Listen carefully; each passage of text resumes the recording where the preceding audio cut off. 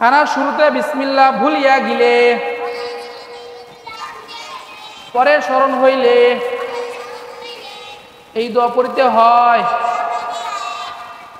তুমি মনে করো যে নিয়মিত তুমি দোয়া পড়ে খাবার খাও, এই মাসনুন দোয়াগুলো পড়া সুন্নাত।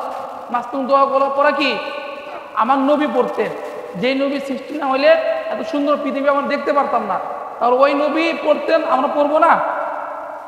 আমাদেরও পড়তে হবেই হবে। তাহলে আমার নবী পড়তেন, আমরাও পড়বো ইনশাল্লাহ। তো নিয়মিত দোয়া পড়ার কারণে তুমি একদম ভুলে গেছো, খানার শুরুতে দোয়া পড়তে পারো নাই, তখন পরে মনে হয়েছে, পরে তখন এই দোয়াটি পাঠ করতে হবে, বিসমিল্লাহি আউওয়ালাহু আউওয়ালাহু ওয়া আখিরাহ, বিসমিল্লাহি বিসমিল্লাহি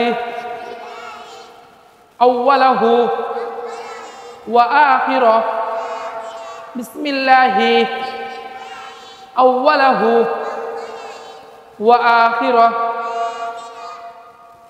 এই দোয়াটি পাঠ করলে লাভ কি হবে? তুমি আল্লাহর প্রেমিক, তুমি যে আল্লাহর প্রেমিক, আল্লাহকে ভালোবাসো, তুমি যে নবীকে ভালোবাসো, নবীর সুন্নাত অনুযায়ী চলতে চাও, ভুলে গেছো, স্মরণ হয়েছে, আবার পাঠ করছো, তখন এটা প্রমাণ হবে কি তুমি খাঁটি আল্লাহর মুমিন বান্দা এবং কি খাঁটি নবীর উম্মত, আশিকি রাসূল। বুঝতে পারছো?